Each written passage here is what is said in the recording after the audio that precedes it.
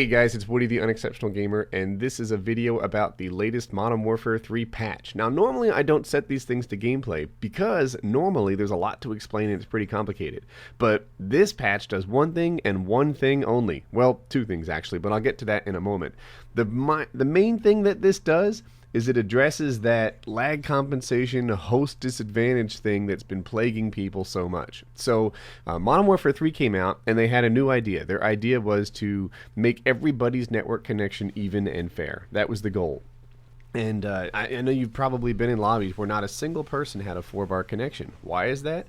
Well, what they do is they take the host connection, you know, the information he gets about where players are, about when his bullets hit, about how effective his auto aim is. It takes all that information and it makes the host, his connection, as bad as everybody else's connection. So they try to make it fair. And it's a good concept, right? Like, it seems like being fair would be a good thing.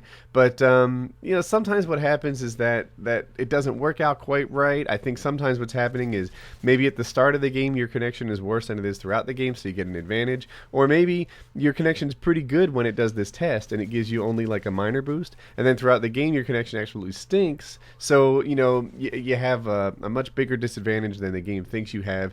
So what's coming out? Well, they're giving a new try at the lag compensation, you know, host disadvantage stuff. Don't expect absolute miracles. Don't expect, you know, what we all want is to have the jump, the advantage on everybody around us. And what Infinity Ward wants is for everyone to have a fair, even, honest playing experience. So I'm going to bet that, you know, you don't get exactly what you want, which is all of a sudden your KD skyrockets up to 19.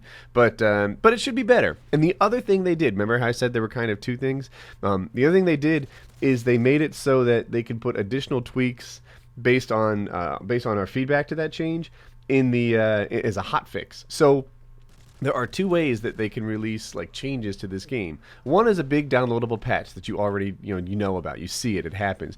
The other kind of fix is like a playlist update, a little hot fix, something that they can push out to their game without going through that same gigantic approval process, without going through that act of Congress that is working with Microsoft to take a patch and distribute it and approve it and test it like crazy and all those things.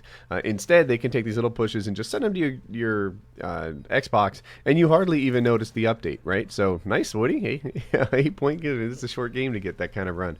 Anyway, so they've taken some of the aspects that were previously in code, some of the aspects that were really hard to deal with before, and they've made it so that they can adjust those things in an easy way. So that's it. That's the cool thing that they've done. They've addressed lag compensation and, you know, taken another stab at this. Hopefully it's the thing we all dream of, but they've been trying to crack this nut for 10 years. It'll probably be better, but not perfect. And then the other thing they've done is they've made it so that they can better support us in the future, because now it's easier for them to issue patches around this stuff. So I hope you guys enjoyed the video.